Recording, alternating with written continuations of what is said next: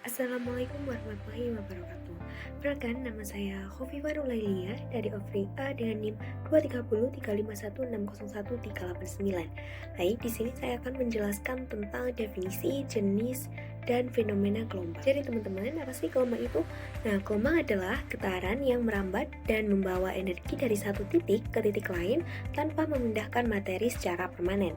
Gelombang bisa merambat melalui medium tertentu seperti air, udara, atau bahkan melalui ruang hampa. Nah, gelombang itu sendiri diklasifikasikan yang pertama yaitu berdasarkan arah rambat getarannya. Yang pertama ada gelombang transversal. Nah, apa sih gelombang transversal itu? Gelombang transversal adalah gelombang yang arah getar partikel mediumnya tegak lurus terhadap arah gelombang. Sederhananya, bila energi yang merambat bergerak dari kiri ke kanan, maka gelombang turut bergerak naik turun searah energi, yakni dari arah kiri ke kanan. Contohnya adalah gelombang atau getaran yang muncul pada tali yang bergoyang. Ya, ada gelombang longitudinal. Nah, gelombang longitudinal yaitu gelombang yang arah getaran partikel mediumnya sejajar atau berhimpitan dengan arah rambatan. Salah satu contoh gelombang longitudinal adalah gelombang bunyi.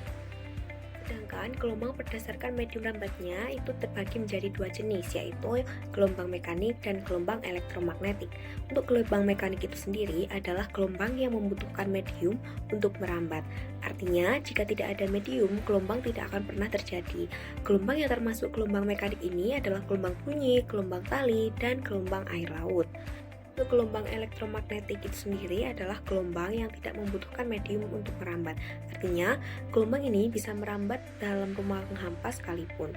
Contoh gelombang elektromagnetik adalah cahaya, gelombang radio, sinar X, sinar gamma, inframerah, dan ultraviolet.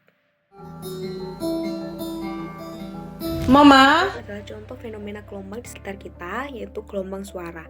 Untuk yang video pertama ini, getaran sinar gitar ketika dipetik akan membuat suara.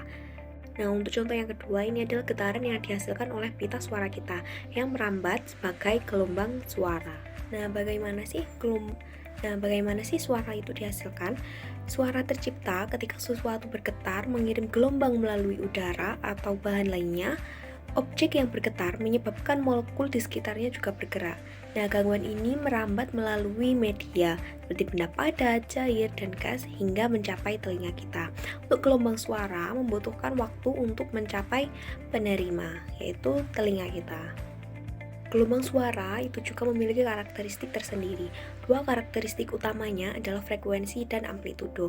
Frekuensi sendiri, karakteristik gelombang suara mengacu pada seberapa cepat gelombang bergetar atau jumlah siklus per detik. Gelombang diukur dalam hertz dan membutuhkan nada suara. Dengan amplitudo, ini adalah frekuensi mengacu pada tinggi gelombang dari garis tengah. Frekuensi mengatur seberapa nyaring suara. Pada nada tinggi, frekuensi yang lebih tinggi berarti lebih banyak gelombang yang melewati titik per detik dan menghasilkan suara bernada lebih tinggi seperti kicauan burung.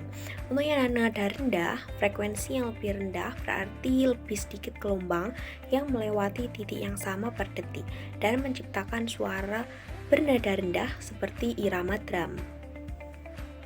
Untuk hubungan amplitudo dengan kenyaringan, yaitu amplitudo yang lebih besar membuat suara lebih nyaring karena gelombang membawa lebih banyak energi. Untuk amplitudo yang lebih kecil menghasilkan suara yang lebih lembut atau lebih pelan. Sekian presentasi saya terkait definisi, jenis, dan fenomena gelombang. Terima kasih.